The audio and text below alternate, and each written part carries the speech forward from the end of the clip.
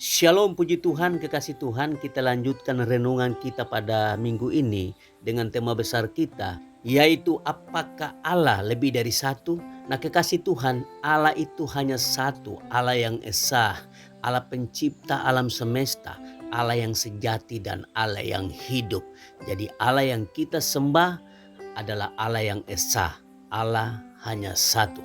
Nah, kekasih Tuhan, Allah telah memanggil orang Israel untuk menjadi umatnya yang kudus. Nah, Allah telah memerintahkan mereka untuk membangun kemah suci di mana mereka bisa datang untuk menyembah Allah. Nah, di dalam kemah suci terdapat tabut perjanjian, peti yang berisi 10 perintah Allah. Nah, kekasih Tuhan, kadang Allah memerintahkan bangsa Israel untuk membawa tabut perjanjian bersama mereka ketika sedang berperang. Nah, untuk mengingatkan bahwa Allah menyertai mereka. Nah, kekasih Tuhan, suatu ketika bangsa Israel dikalahkan oleh musuh mereka, yaitu bangsa Filistin. Bangsa Israel kalah karena mereka menjalani hidup sangat fasik, menolak untuk menaati Allah. Mereka hidup tidak menuruti apa yang Allah perintahkan bagi mereka. Nah, pada saat orang Filistin mengalahkan mereka, seharusnya bangsa Israel berpaling dari cara hidup mereka yang fasik itu. Tetapi mereka justru berpendapat bahwa mereka akan mengalami kemenangan pada peperangan berikutnya jika mereka membawa tabut perjanjian itu. Nah, kekasih Tuhan, mereka kembali maju berperang dan melawan orang Filistin waktu itu. Nah, kali ini dengan membawa tabut perjanjian ke medan perang. Jadi orang Israel membawa serta tabut perjanjian ketika mereka menghadapi orang Filistin pada waktu itu. Nah, walaupun demikian Allah tetap tidak menyertai mereka karena ketidaktaatan mereka kepadanya.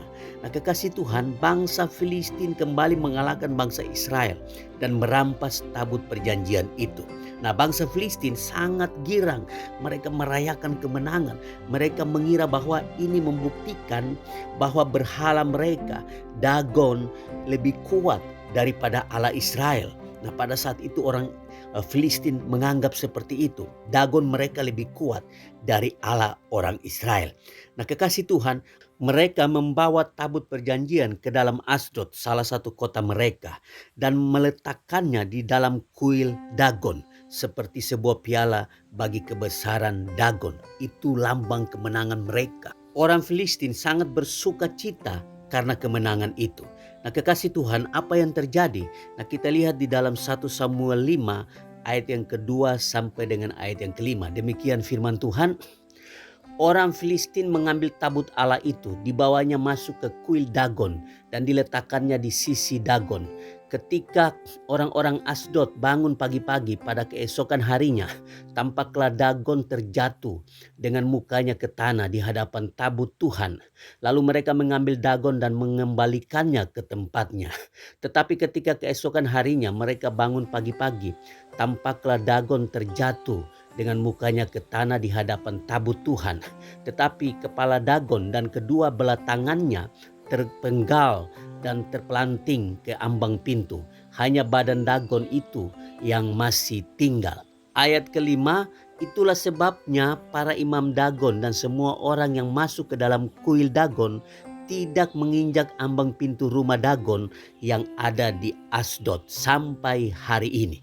Nah, kekasih Tuhan, dari ayat-ayat ini menunjukkan bahwa berhala-berhala tidak punya kuasa dan kekuatan apa-apa dan tidak bisa menolong mereka yang menyembah berhala itu. Termasuk orang Filistin pada saat itu. Dagon mereka tidak bisa menolong mereka.